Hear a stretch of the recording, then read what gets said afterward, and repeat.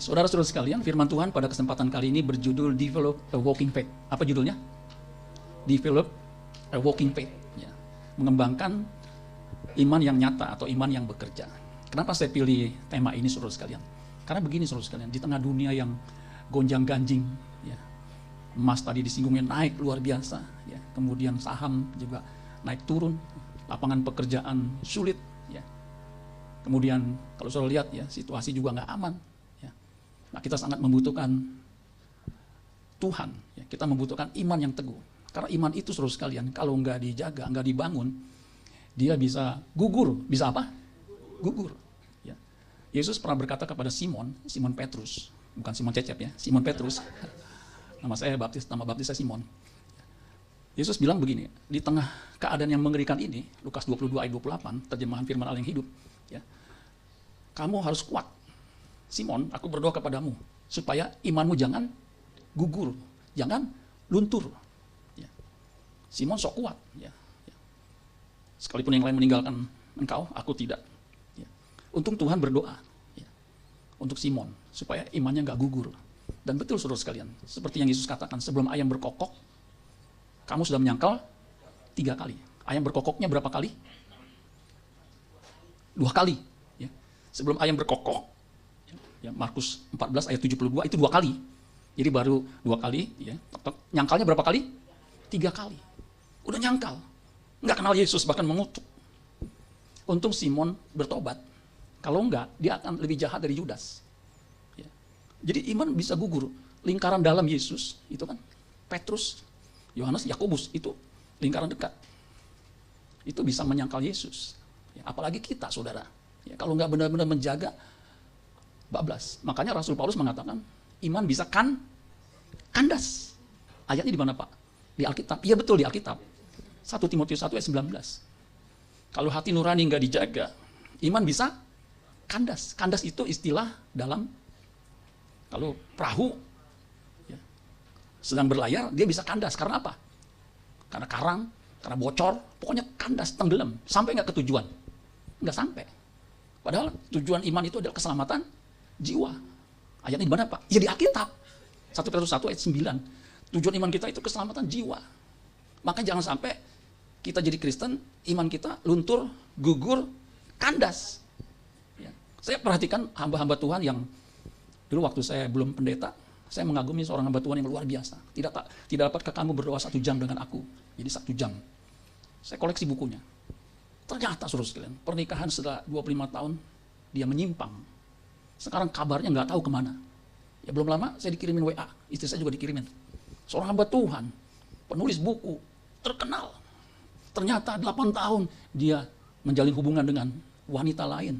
Dan wanita itu sudah bersuami. Ya, akhirnya dia mengundurkan diri dari pelayanan dan juga dari pembicara. Sebagai pembicara begini. Bagaimana bisa ngomong, ya, tentang firman Tuhan, sementara dia berdosa, selingkuh. Kan nggak bisa. Kayak saya misal begini nih. Khotbah begini, istri saya di situ. Paling istri saya bilang, pret. Nggak bisa. Saya nggak sanggup menatap begini.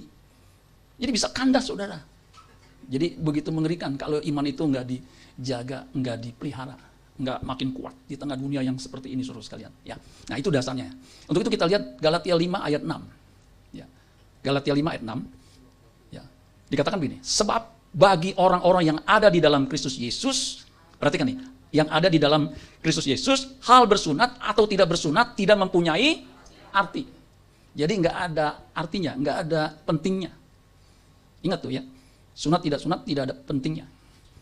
Ini udah diputuskan dalam konsili pertama, mula-mula di Yerusalem, kisah 15 ayat 1. Karena ada orang mengatakan, ya, terutama ahli Taurat, yang udah jadi Kristen, bilang, kalau mau selamat, ya, pasal 15 ayat 1, orang itu harus disunat.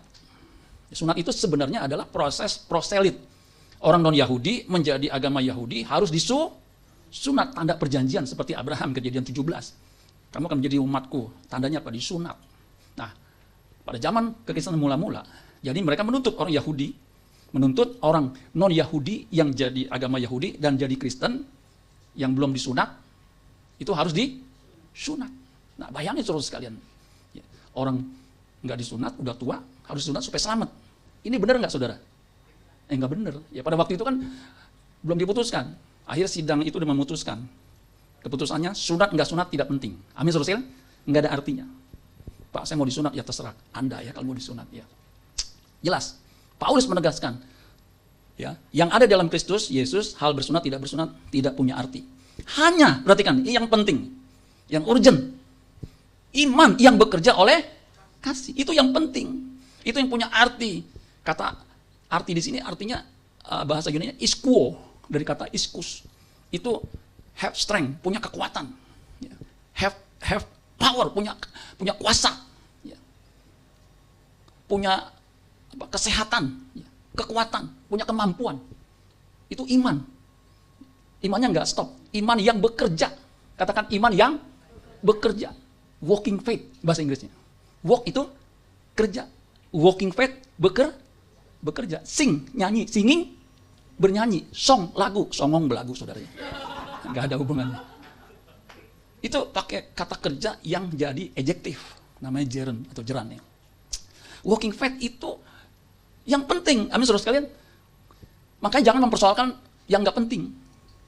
Ya, kerajaan Allah bukan soal makan, soal minum. Kalau nggak ada makanan, nggak ada minuman, jangan ada masalah, amin. Saya kan yang menjanjikan makan di meja saya kan istri saya. Saya makan cuma 2 menu. Selesai, saya ke gereja kan. Dia WA-in saya. Saya udah siapin makanan, kenapa nggak dimakan? Yang mana? Itu ada di dapur. Di sebelah Magicom. Ya, mana ketehe. Jadi ada sayur pokoknya dia sembunyi, nggak sembunyi, dia tutup sengaja kalau ambil nasi, ingat situ. Saya kan nggak mempersoalkan, yang penting ada di atas meja, itu pokoknya saya makan. Yang di meja saya makan cuma 2 menu. Memang saya nggak batin, ini makan dikit banget nih, cuma 2 menu. Cuman saya nggak ngeh. Jadi di gereja di WA saya sampai 7 item. Kenapa nggak ini, kenapa nggak ini? Pas, saya kan nggak baca, kalau di gereja saya udah umumnya nggak baca. Sampai di rumah, WA saya kok nggak dibaca? Enggak. Emang kenapa? Itu makanan, satu menu utama kenapa nggak dimakan? Ya, saya lupa. Kalau lupa kan nggak ingat, betul nggak? Kalau ingat saya nggak lupa. Ya. Jadi jangan persoalan.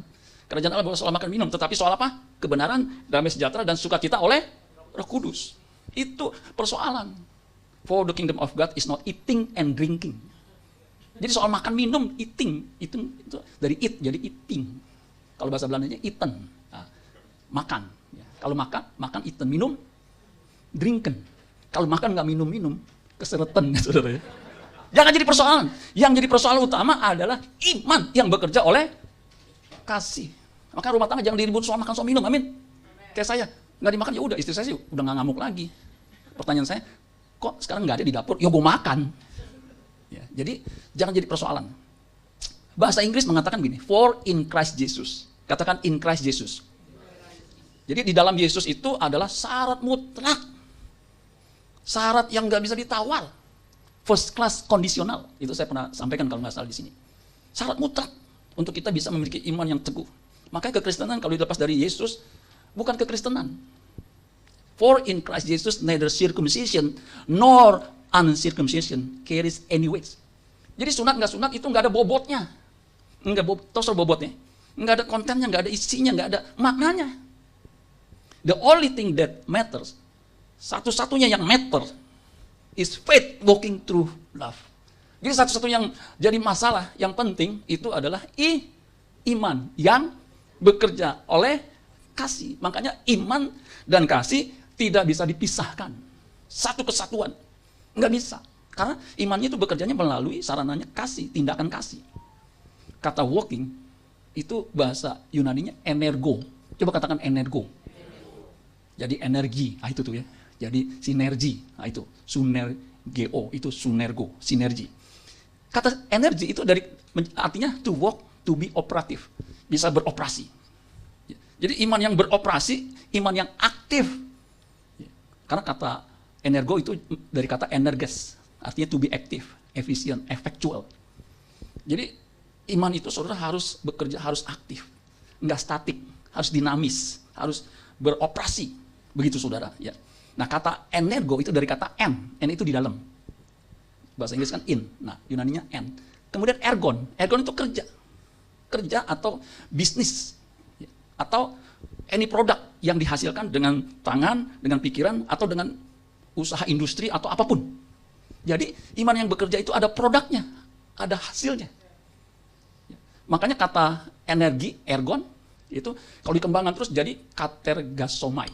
Itu dipakai di Filipi 2 ayat 12. Kerjakanlah keselamatanmu dengan takut dan gentar. Walk out your own salvation with fear and trembling. Dengan sungguh-sungguh.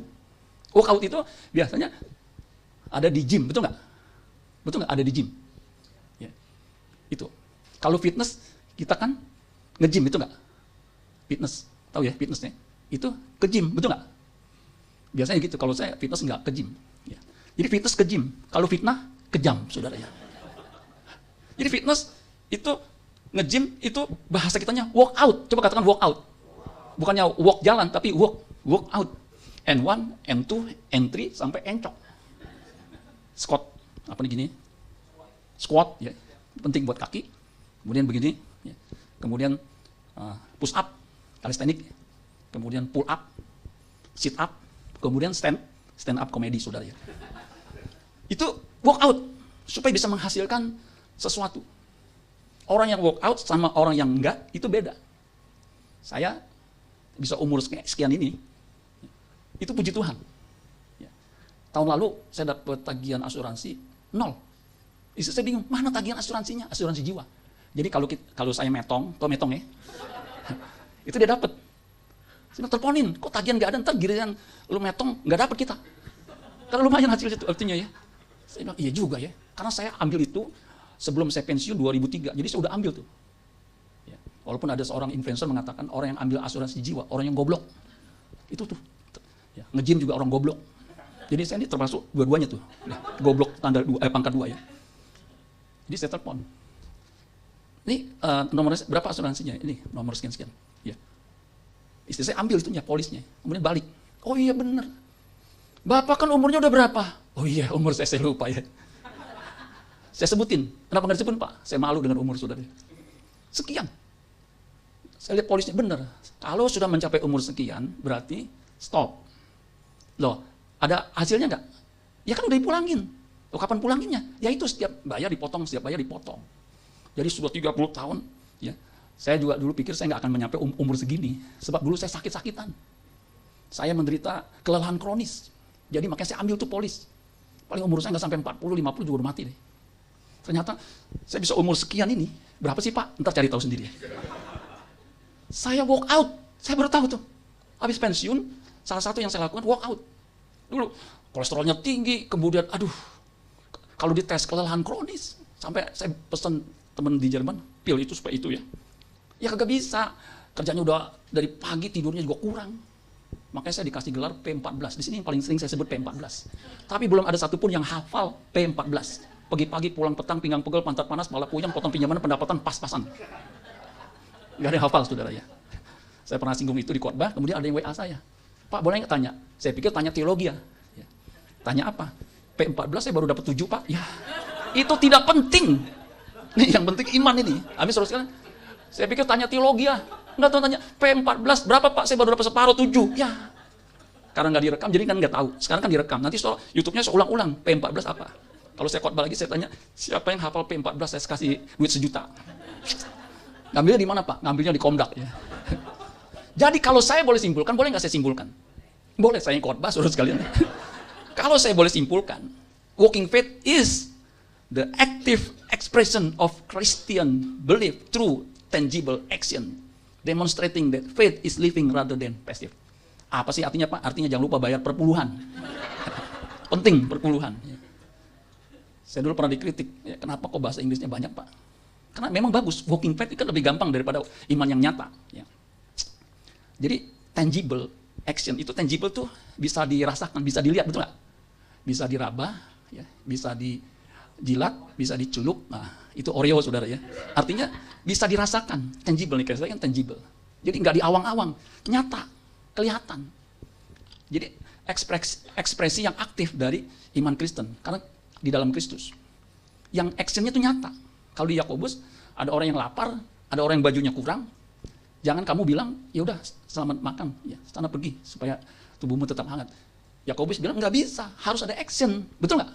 Kasih dia makan, kasih bajumu. Itu tangible action. Dia bisa rasakan tadinya kedinginan, dipakai, nyaman nih, betul nggak?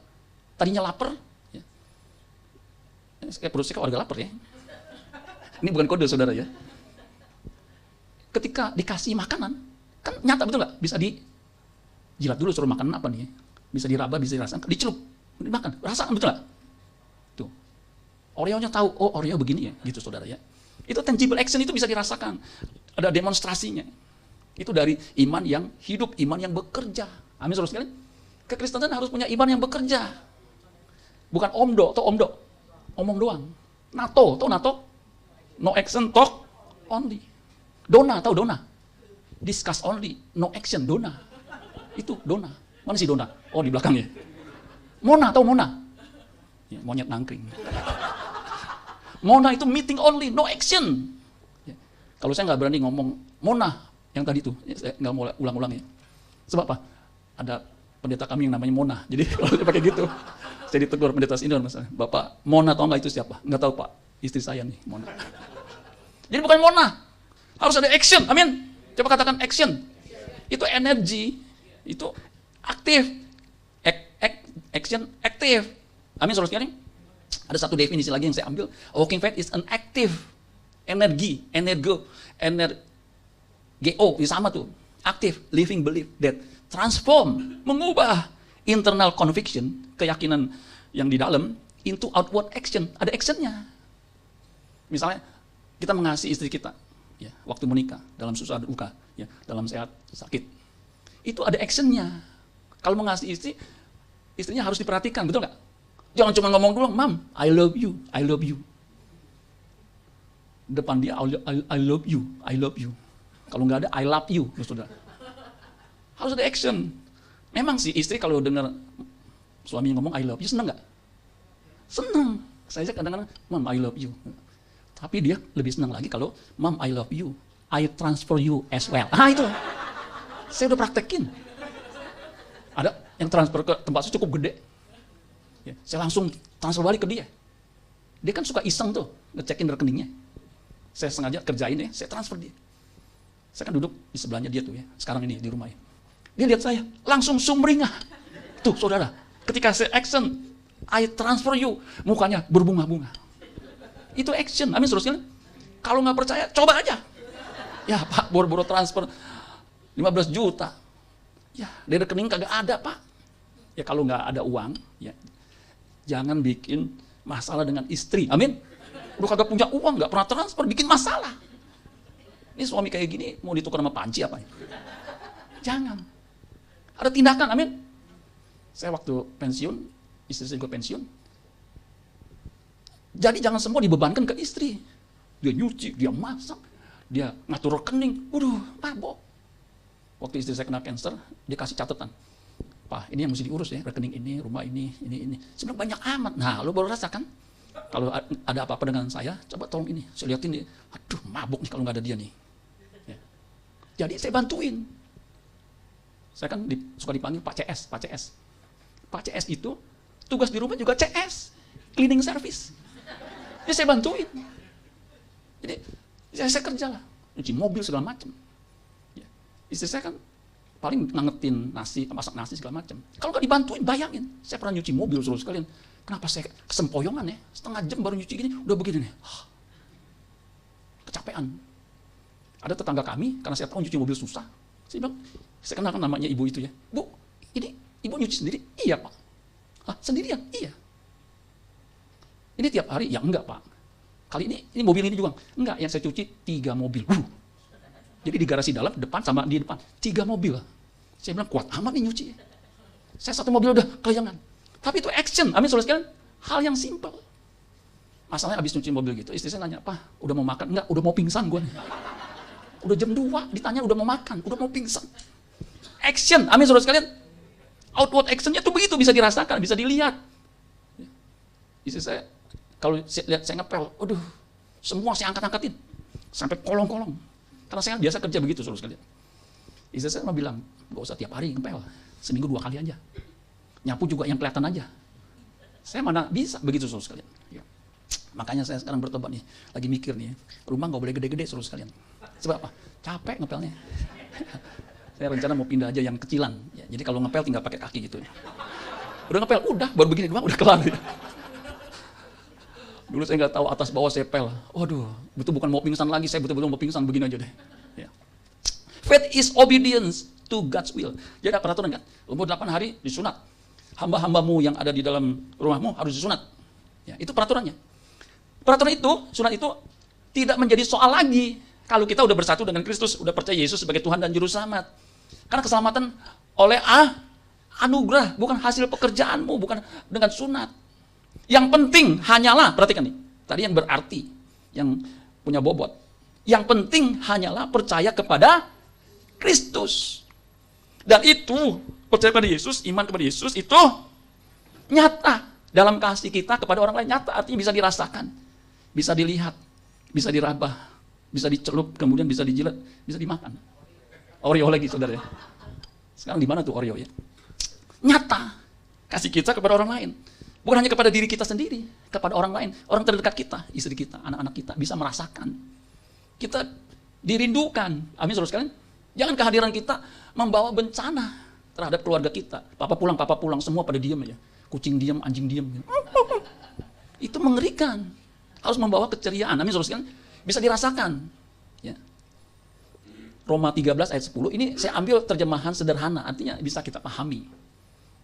Karena dengan mengasihi, itu kan tindakan iman, mengasihi, kata kerja, mengasihi. Tentu kita tidak menyakiti orang lain. Jadi dengan mengasihi, sama saja kita menaati semua hukum Taurat. Jadi kalau kita beriman kepada Kristus, kita harus mengasihi. Mengasihi itu, ya, tentunya tidak menyakiti orang lain. Jadi kalau kita ngaku Kristen, tapi menyakiti istri, menyakiti orang lain, itu bukan Kristen. Setahun lalu, 2 tahun lalu, viral. Seorang pendeta, S3, gembala, dia KDRT sama istrinya. KDRT tahu? Kekerasan dalam rumah tangga. Itu kena pasal pidana tuh, ada undang-undangnya. Istrinya tuh dipukul, kemudian dipakai besi gitu. Saya kan nonton videonya dikirimin, ngeri. Padahal saya lihat dia di mimbar, dia begini, dia berdoa begitu. Saya bilang, kok bisa ya? Kok bisa begitu ya?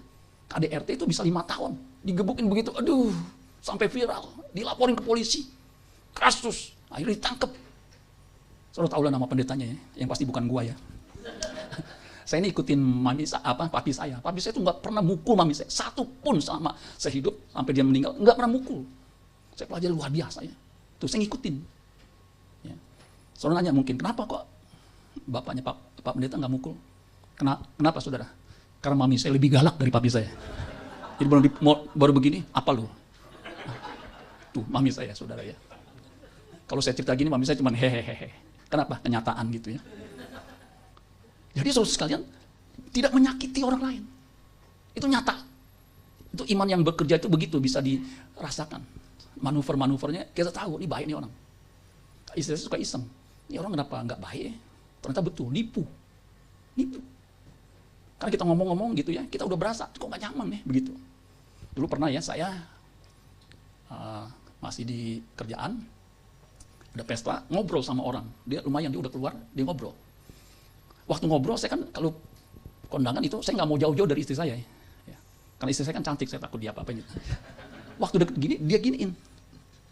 Istri saya kan cukup kepo. Karena suaminya digeser, dia gini-gini juga. Gitu. Lebih jauh lagi. Istri saya kan begitu juga, nggak mau jauh dari saya, begitu itu. Gini-gini. Dia begitu ya. Nanti lu ikut gua mau nggak? Gua tawarin posisi lebih bagus. Dia bilang begitu. Kuping istri saya kan bukan hanya, ada antenanya. Dia denger. Tuh, hebatnya tuh. Ya wanita itu, kupingnya tajam. Saya nggak ngomong kan, nggak enak ya, udah selesai. Lu ditawarin kerjaan, lu kok tahu? Antena gue nyampe. Lu jangan ikutin ya. Loh kenapa? Gua kagak demen sama orang. Untung saya nggak ikutin tawaran itu. Ternyata dia nipu. Sampai sekarang nggak tahu keberadaannya di mana. Jadi nyata itu bisa didengerin, bisa diapain gitu, bisa dirasakan tindakan. Nah di Alkitab ada orang yang sakit hati ketika ada orang yang melakukan perbuatan baik. Ada yang tahu siapa namanya? Siapa? Di Perjanjian Lama. Dia ada orang yang melakukan kebaikan, dia sakit hati, dia marah, dia panas, kemudian dia bunuh. Betul. Kain. Ini berarti baca Alkitab tuh. Tadi baru imamat ya. Kejadian berarti udah baca tuh. Jadi Kain ini saudara sekalian, kalau saudara baca, dia akan mempersembahkan Kain. Karena dia petani, pasti yang dipersembahkan hasil bumi, hasil tani. Dipersembahkan. Adiknya mempersembahkan domba, kambing domba yang sulung. Lemak-lemaknya. Di Alkitab dikatakan, Tuhan mengindahkan Habel dan persembahannya. Sedangkan persembahan Kain dan korban persembahannya tidak diindahkan. Sebenarnya kan itu sesuatu yang biasa lah ya. Ada orang yang bisa lebih diberkati, lebih diperkenankan. Ya udahlah. Apalagi ini adiknya, Habel.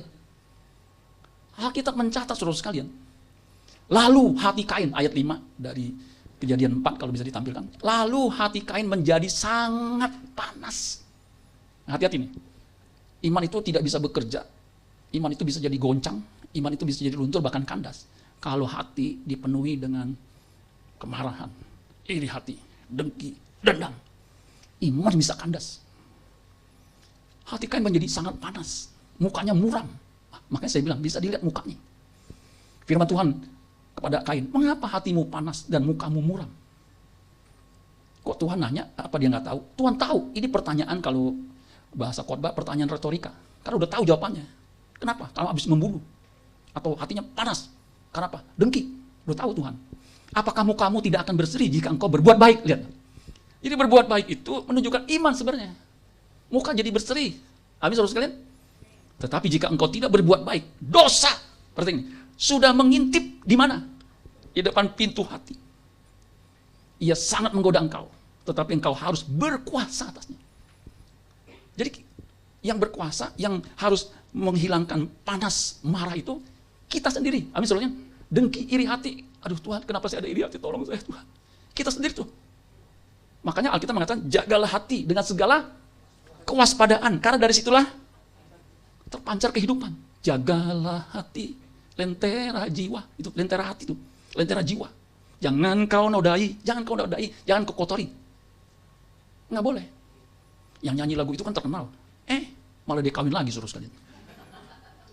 Iya kan kalau suruh baca tuh. Jagalah hati, jangan kau nodai. Itu suruh nyanyi kan gitu. Mainnya di kunci apa tuh? Nggak tahu dah ya. Dia sendiri. Alasannya boleh. Ya nggak boleh. Kalau saya coba melindungi diri saya dengan kondisi di mana saya usahakan uang saya nggak banyak. Jadi semua uang tuh dipegang semua sama dia. Deposito, semuanya dia. Jadi kalau saya pisah sama dia, saya jadi gembel. Itu aman saudara sekalian. Jangan sampai udah menikah 35 tahun. Di akhir hidup, kandas. Nggak finishing well. Ya. Saya berdoa biar bisa sampai nanti akhir. Ya. Dulu saya pernah bukan memberkati sih, menyampaikan firman Tuhan di pernikahan 50. Waktu itu pernikahan kami berapa tahun ya? Saya belum sampai perak kali ya. 50, saya bilang hebat juga nih ya. 50 tahun. Saya bilang, dalam pernikahan 50 tahun memang banyak suka dan duka. Ngomong-ngomong ini banyak dukanya apa sukanya? Dia nggak bisa jawab terus sekali nih. Nanti saya diminta lagi nih, Cinca, nyampaikan renungan singkat. Pernikahan 60 tahun. Ya, istri saya udah bilang, jangan macam-macam nanya ya. 60 tahun, gimana rasanya? Sakitnya gimana? Di sini. Ya. Saya nggak kebayang, saudara ya, bisa 60 tahun. Jadi iman kita bisa kandas, gara-gara hati kita nggak kita jaga. Kain ini nggak menjaga. Padahal Tuhan bilang, engkau harus berkuasa atasnya. Engkau harus punya kuasa, punya power untuk mengatasi iri hatimu, dengkimu itu. Si Kain ngikutin nggak firman Tuhan tadi itu? Kan firman Tuhan kepada Kain. Ikutin nggak? Enggak. Makanya iman timbul dari pendengaran. Pendengaran akan firman Kristus, rematos Kristus. Jadi bukannya logos, tapi rematos. Rema, firman yang sudah kita pahami, siap untuk dilakukan. Itu namanya rematos Kristus. Kristus itu yang diurapi. Makanya menyampaikan firman Tuhan sampai itu bisa dipahami dan siap dilakukan. Dia tidak mengikuti firman. Iman supaya bekerja itu mesti dikasih nutrisi, protein. Firman Tuhan itu protein, benih, kekal. Dia makanan yang bisa menguatkan kita. Kalau saudara mau punya tubuh yang ideal, itu mesti minum protein, nutrisi, betul nggak? Minimal evolin lah, begitu saudara ya. Supaya apa? Ada nutrisi buat nge-gym, bisa melakukan mengembangkan otot. Kain enggak. Makanya kata Kain kepada Habil ayat 8. Jadi Habil itu adiknya. Marilah kita pergi ke padang. Ketika mereka ada di padang, tiba-tiba. Kalau di sini kan tiba-tiba. Padahal sebenarnya enggak tiba-tiba. Yang ngajak Habil ke padang siapa? Kain. Kalau orang ngajak kan berarti ada perencanaan. Kayak saya kesini, pasti kan ada rencana. 2025 yang lalu, saya diminta jadwal. Saya catat. It is noted, udah dicatat. Nah pas udah deket-deket diingetin lagi. Oke siap, sampai sini. Kan direncanakan. Ini sama nih. Ke Padang, pasti udah direncanakan. Enggak tiba-tiba. Tapi tindakannya itu tiba-tiba. Itu sebenarnya sudah direncanakan. Kain memukul Habil adiknya itu, lalu membunuh dia. Tuh saudara. Jadi Kain ini jahat hatinya. Ada orang yang berbuat baik, dia malah sakit hati. Kandas tuh iman Kain. Kok Bapak bilang kandas? Lah iyalah. Ketika Habil mempersembahkan persembahannya, sebenarnya Alkitab mengatakan, ya, kalau suruh baca di Alkitab tuh, ya, karena iman, Habil mempersembahkan korban yang lebih baik daripada Kain. Itu iman. Dia paham yang Tuhan inginkan apa? Kambing domba. Begitu suruh sekali. Pakai iman. Makanya di ayat 6, tanpa iman tidak mungkin seorang pun tidak mungkin berkenan kepada Allah. Kalau dia percaya bahwa Allah itu ada, ya, dia harus punya iman. Amin. Allah kan kita nggak bisa lihat. Yang bisa merasakan dia ada itu iman. Iman adalah dasar dari segala sesuatu yang kita harapkan dan bukti dari segala sesuatu yang tidak kita lihat. Kita nggak lihat. Tapi Allah itu ada. Itu iman. Nah, Habil punya iman. Kain tidak punya iman. Ada firman, dia nggak dengerin. Kandas imannya. Dia membunuh adiknya. Kalau sekarang membunuh dengan penuh perencanaan, kena pasal berapa saudara sekalian? 340 KUHP yang lama, yang baru 459. Itu KUHP yang baru. Yang dekat 467. Hukumannya apa? Berapa hukumannya? Hukuman mati atau seumur hidup. Nah, zaman dulu saudara sekalian, ya, itu kena hukuman. Kain jadi fugitif. Jadi vagabond, pelarian orang yang mengembara, yang nggak bisa pulang. Kalau orang nggak bisa pulang, itu sengsara. Sengsara. Coba kalau suruh nggak bisa pulang, nyasar ke sana ke sini, kira-kira gimana? Susah. Nah itu, Kain itu saudara sekalian, hatinya jahat, makanya dia nggak punya tindakan kasih, kandas imannya.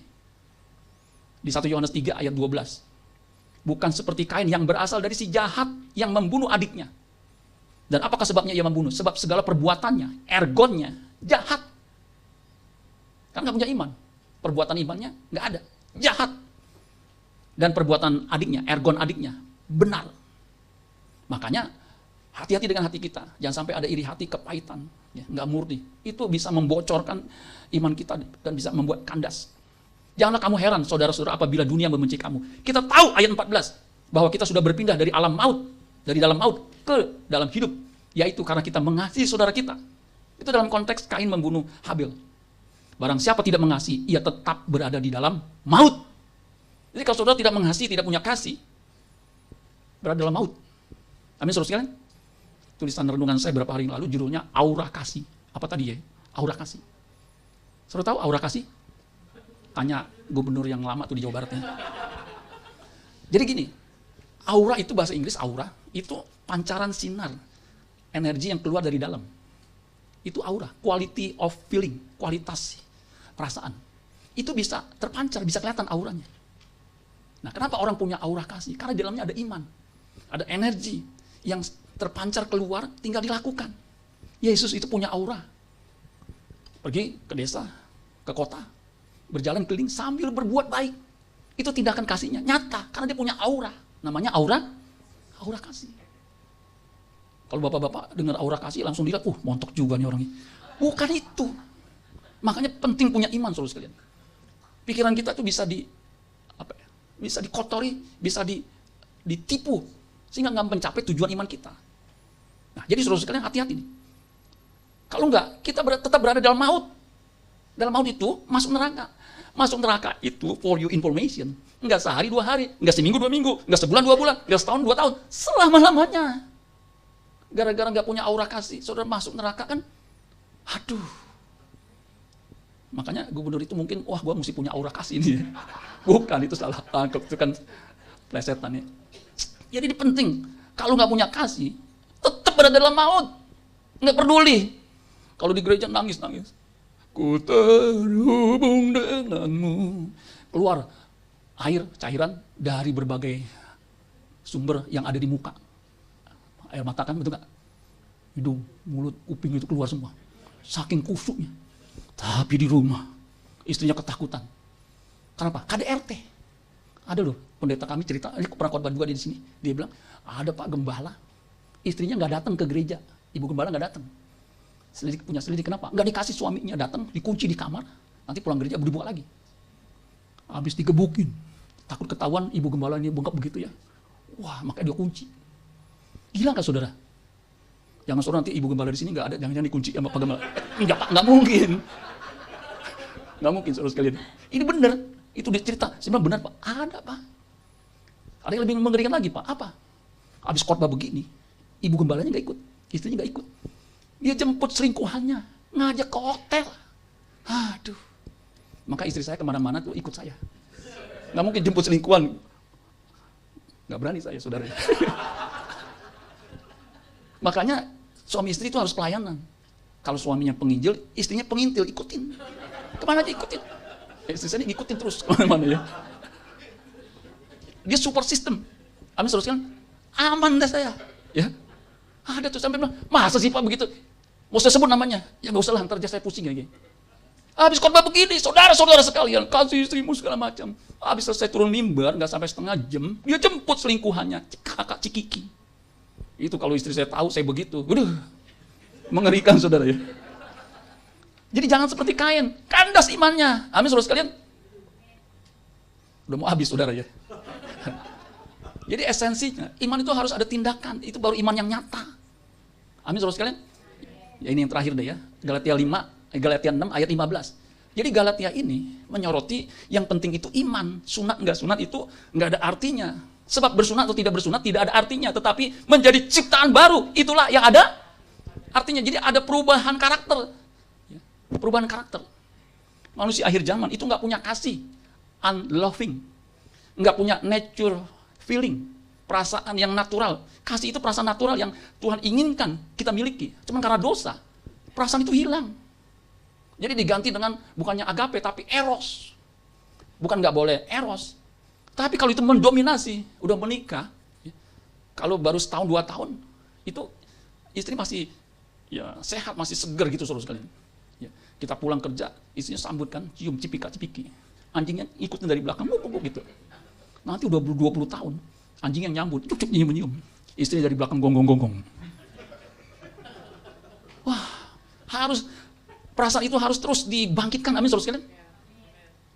Kan susah Pak. Kalau dulu masih gitar Spanyol, sekarang gitar bass betot. Gimana? Nah, saya kan udah menikah 35 tahun. Kita mesti lihat, dia mendampingi kita, membuat kita sampai seperti ini. Itu kan karena ada orang yang mengasihi kita, betul nggak? Harus mengasihi, finishing well. Ini ciptaan baru itu, natur feelingnya itu terjaga.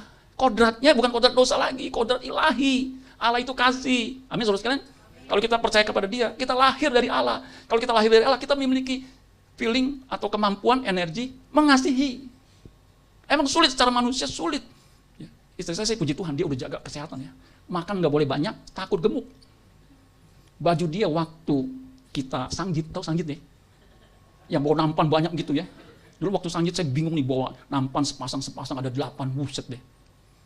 Udah hubungin orangnya sulit, sama nyiapin nampannya itu kan banyak terus kan ya. Dia masih langsing. Sekarang kan udah susah. Tapi dia tetap jaga makannya, ya, sedikit gitu. Ya puji Tuhan. Waktu dia sanggit, pakai baju merah, dia pakai lagi kondangan. Orang nggak tahu kan bahwa itu baju 35 tahun yang lalu saudara sekalian. Waktu dipakai muat saudara sekalian. Kejadian sama saya juga. Dulu berat saya 65.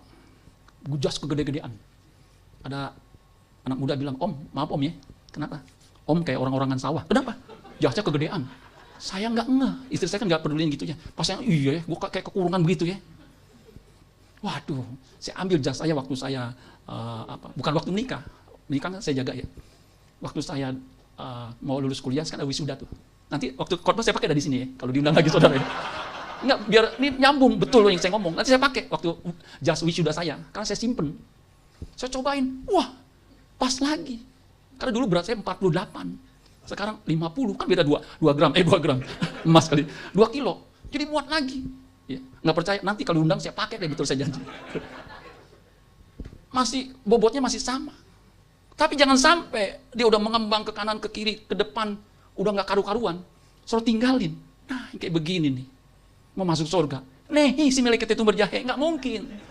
Ada seorang pemeran James Bond, tingginya 190, istrinya gemuknya luar biasa.